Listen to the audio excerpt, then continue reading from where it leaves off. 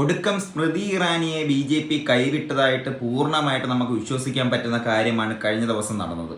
ഒന്ന് ആലോചിച്ച് നോക്കുക, 2024 ലോക്സഭാ തെരഞ്ഞെടുപ്പിന് സ്മൃതി ഇറാനി അമേഠിയിൽ പരാജയപ്പെട്ടിരുന്നു. അതിനുശേഷം പരാജയപ്പെട്ടതിന് ശേഷം 5 ദിവസത്തിനുള്ളിൽ ഡൽഹിയിലുള്ള വസതി, സർക്കാർ ചെലവിലുള്ള വസതി ഒഴിഞ്ഞു കൊടുക്കണമെന്നുള്ള നിയമം ഉള്ളതാണ്.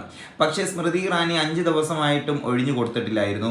1 മാസം വരെയും ആ വസതി തുടർന്നു കൊണ്ട് മുന്നോട്ട് പോയി.